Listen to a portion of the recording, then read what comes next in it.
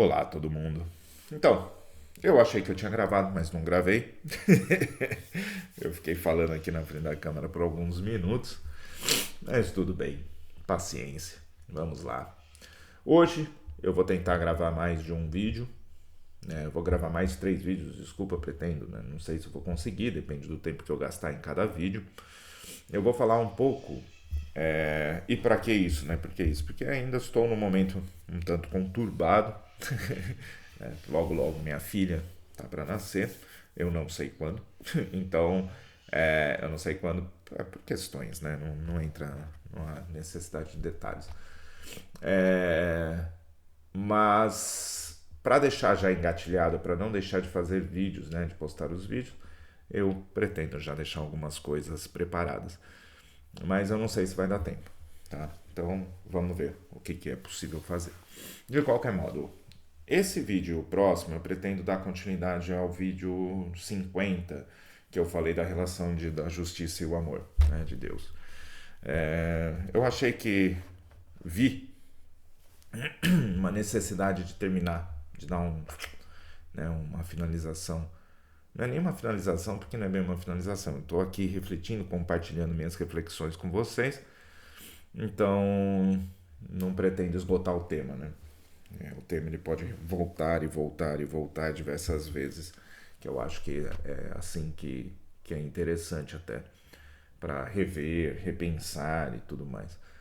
Mas vamos buscar entender um pouco. No vídeo passado, no vídeo do número 50, desculpa, esse é o 53, então foi o da segunda passada, eu falei um pouco sobre essa relação, que a justiça ela tem que ter base no amor.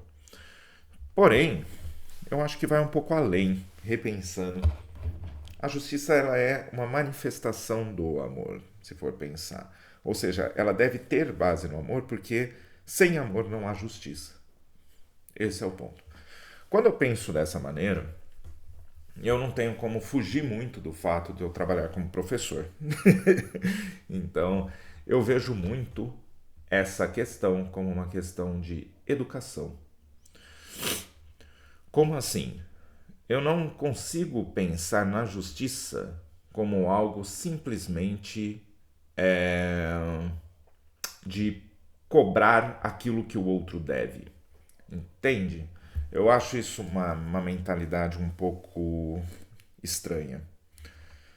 Pensar numa questão meio que bancária. Você está devendo, pague sua dívida. Sua dívida é tal por conta da justiça, né? Retributiva. Você retribui aquilo que não é nenhuma retribuição por vontade própria. Muitas vezes é uma retribuição forçada. Bem, de qualquer modo. Tá, e qual é o objetivo disso? Só criar um equilíbrio social? Não sei. Não sei. Eu acho que o equilíbrio social ele não é tão pontual, tão específico, tão pontual, assim, a ponto de tudo bem se eu retribuir aquilo que o prejuízo que eu causei ao outro, porém, o que me impede de fazer de novo? Depende da retribuição que foi feita.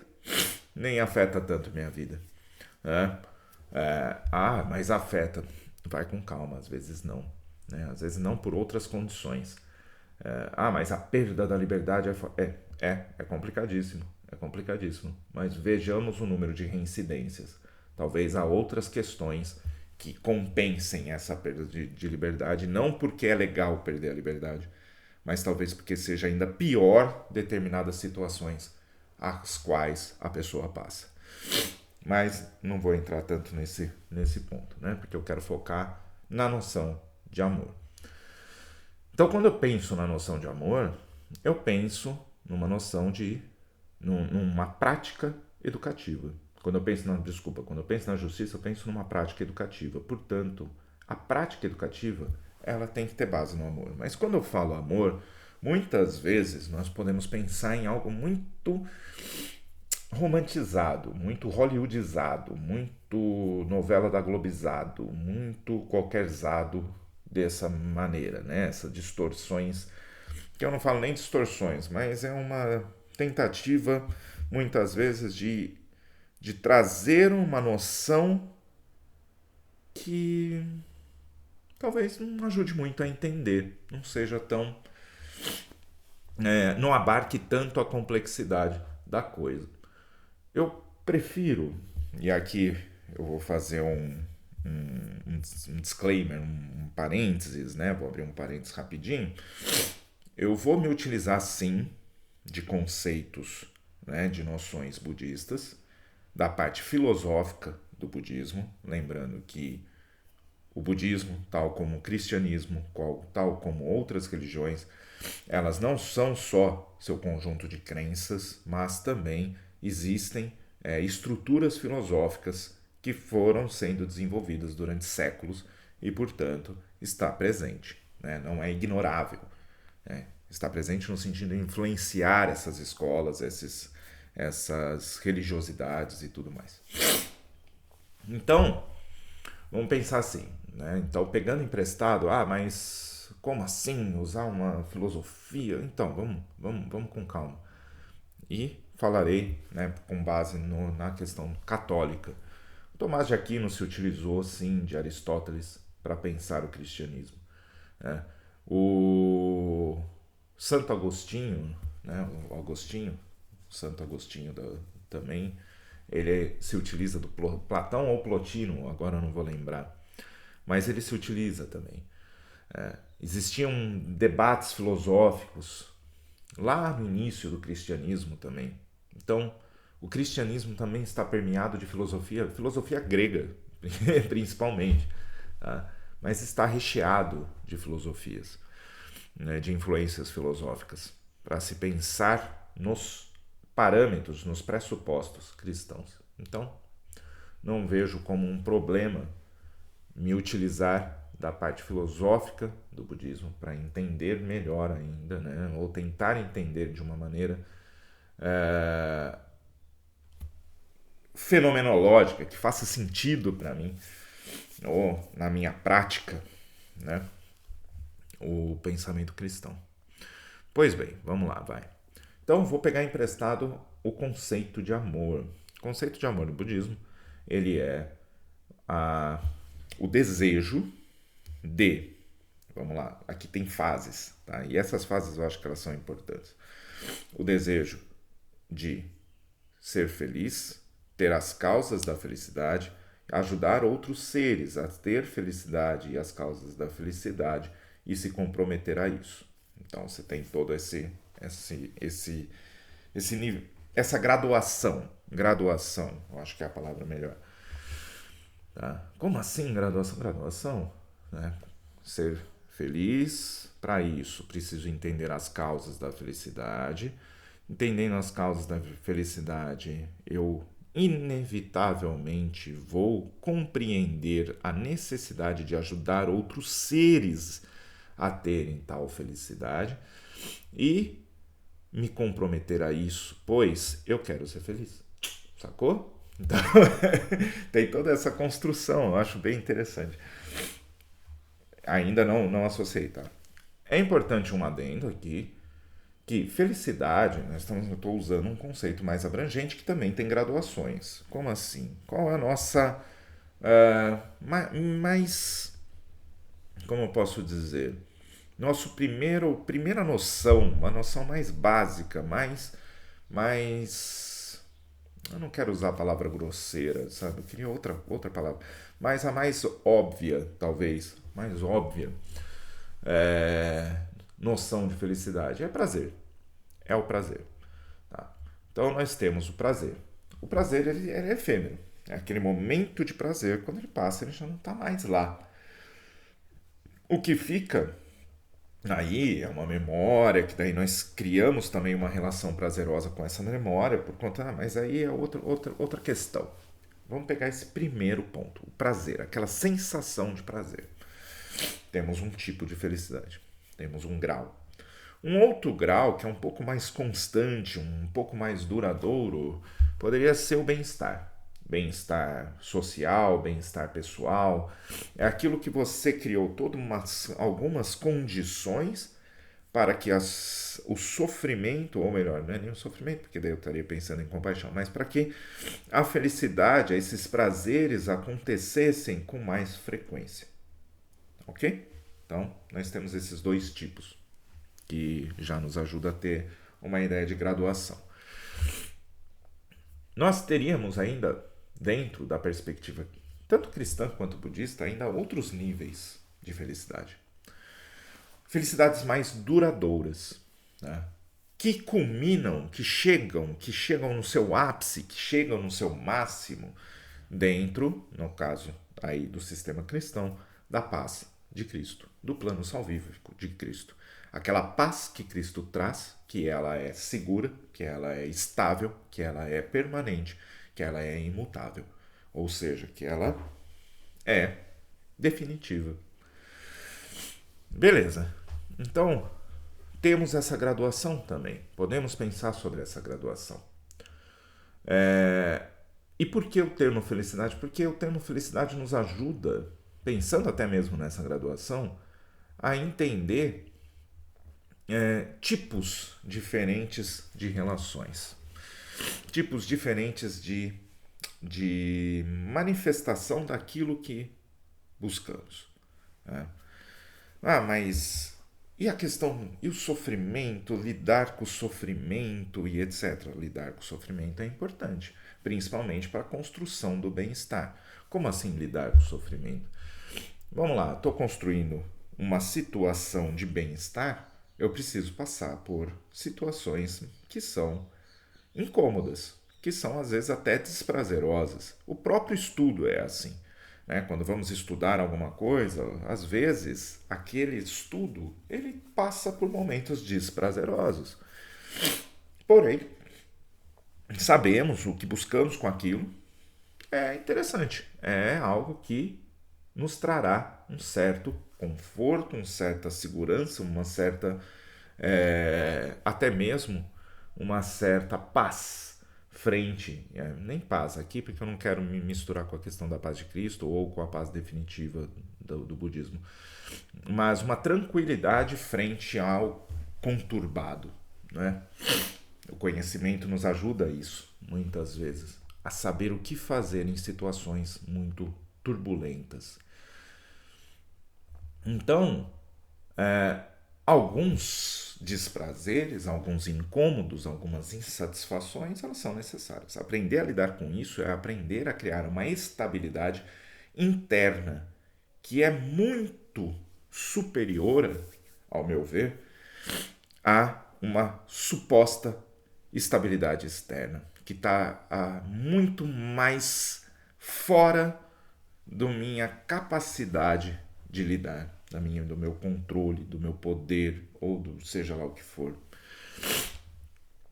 Minha mente, etc., ainda mesmo que haja diversos fatores que saiam também dessa possibilidade de lidar, ainda assim é algo que eu consigo cultivar melhor do que o que está fora. Não que também não dê, não é esse o ponto. Né? Mas uma estabilidade interna ela é muito importante para lidar com as turbulências, com os conflitos e tudo mais. E o que isso tem a ver com o amor? Então, isso tudo é um processo educacional.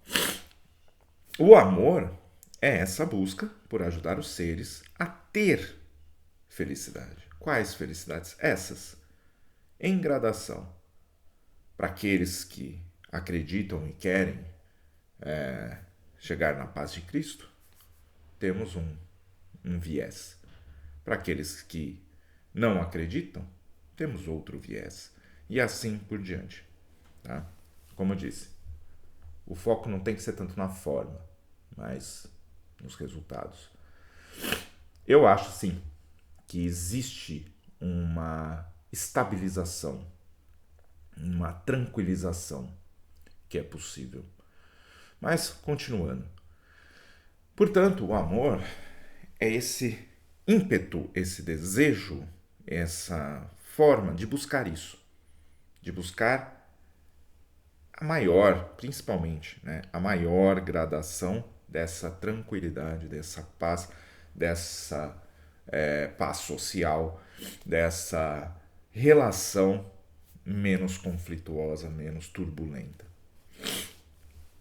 Pois bem, se o amor é esse ímpeto, esse desejo, essa forma, né? Não é nem forma nesse caso, mas essa busca por ajudar a si e os outros, no caso, nesse pensamento nosso mais humano, o amor de Deus, ele está além disso. A justiça, não, eu vou fazer a comparação depois, então parei aqui. Mas esse amor, só para finalizar, agora que eu vi a decisão, eu já ia entrar no próximo vídeo, e já foi 15 minutos desse.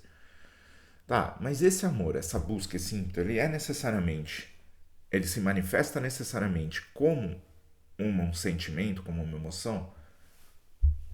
Não, não. Às vezes, o nosso pensamento estruturado, nosso pensamento mais rigoroso de entender uma situação complexa e como resolvê-la,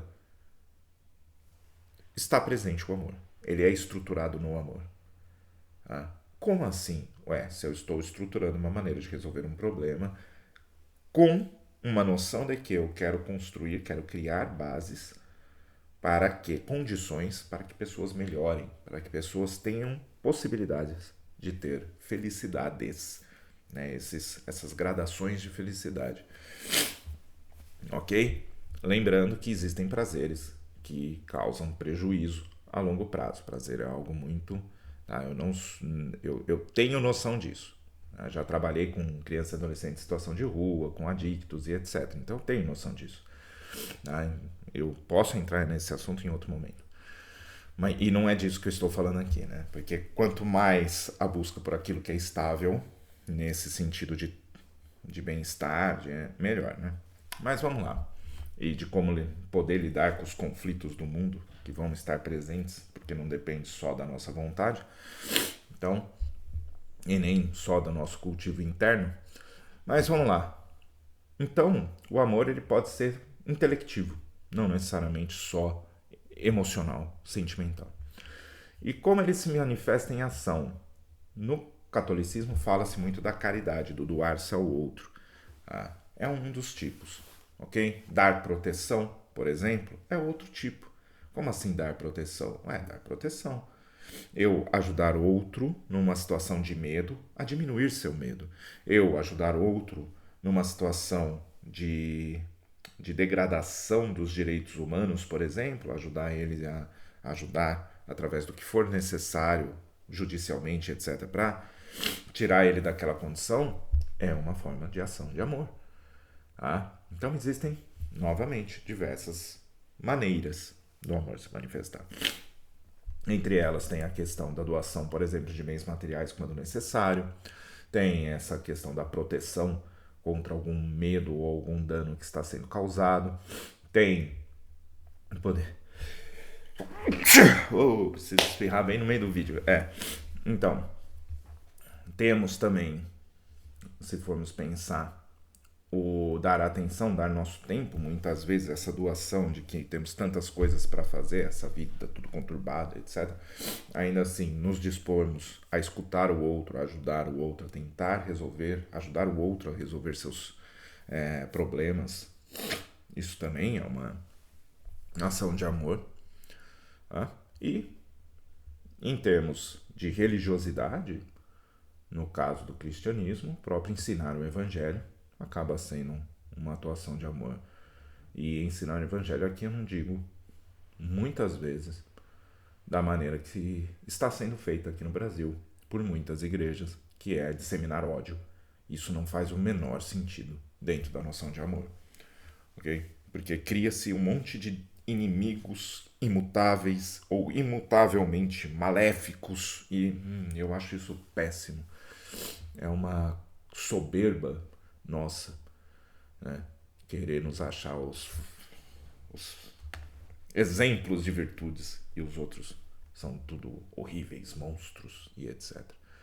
Então acho que tem que tomarmos cuidado com esse discurso que se utiliza do cristianismo para disseminar ódio, mas dentro de uma visão de busca, né, por aproximar o ser humano desse amor, dessa busca por uma felicidade autêntica dentro da visão cristã, que é a paz de Cristo,